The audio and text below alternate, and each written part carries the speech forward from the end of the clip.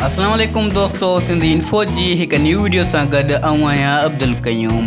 इन वीडियो में तव्हांखे दुनिया की कुछ दिलचस्प मालूमात दीदासीं। वीडियो तमाम दिलचस्प है, आखिर ताईं ॾिसंदा। वीडियो के लाइक ज़रूर कंदा ऐं चैनल के सब्सक्राइब। अचो तो हलूं था वीडियो की तरफ। दुनिया में कुछ बूटा गोश्तखोर भी थियन था। वे मुख्तलिफ जीतन के पंहिंजे वात में जकड़े वञन था। उन्हनि मां हिकु वीनस फ्लाईट्रेप भी है।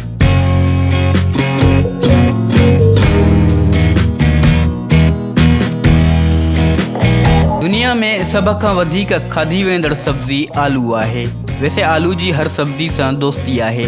मेड़न से, भिंडी से, साग से, पालक से, गोभी से, बल्कि गोश्त से भी ठही थो वञे। इहा ही वजह है जो दुनिया में सब खां वधीक आलू खाधो थो वञे।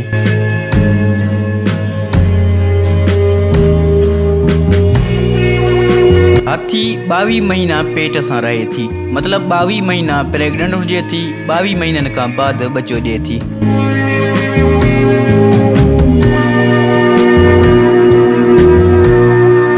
तहकीक मुताबिक जेके वालिदीन पंहिंजे ॿारनि ते सख़्ती करनि था, उन्हनि जा ॿार कूड़ ॻाल्हाइण जा आदी थी वेंदा आहिनि। इन जो कारण ॿार धड़कन जे भउ खां वालिद खे को बि सच नथा ॿुधाए सघनि। साॻे ॿार जो ज़हन धोखे ॾियण जो आदी थी वेंदो आहे। इन करे ॿारनि खे बि पंहिंजो दोस्त बणायो।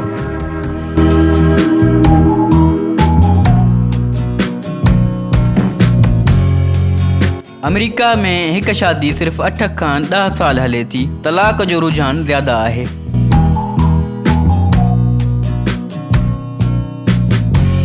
शीशनाग, जैसे अंग्रेजी में किंग कोबरा चवन था, दुनिया में ड्रिघे में ड्रिघो ज़हरीलो नांग है। इन जी ड्रेग 18 फुट भी थी वञे थी।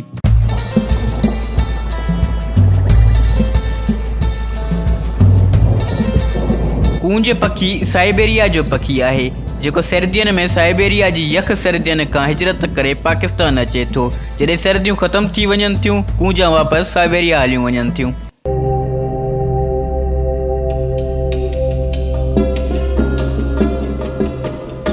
दुनिया की वडे में वडी बिल्डिंग बुर्ज खलीफा है, जेका दुबई में है। ही बिल्डिंग 2004 में ठाण शुरू थी। इन जो कम 2010 में मुकम्मल थो। बुर्ज खलीफा की ऊंचाई 2723 फुट है।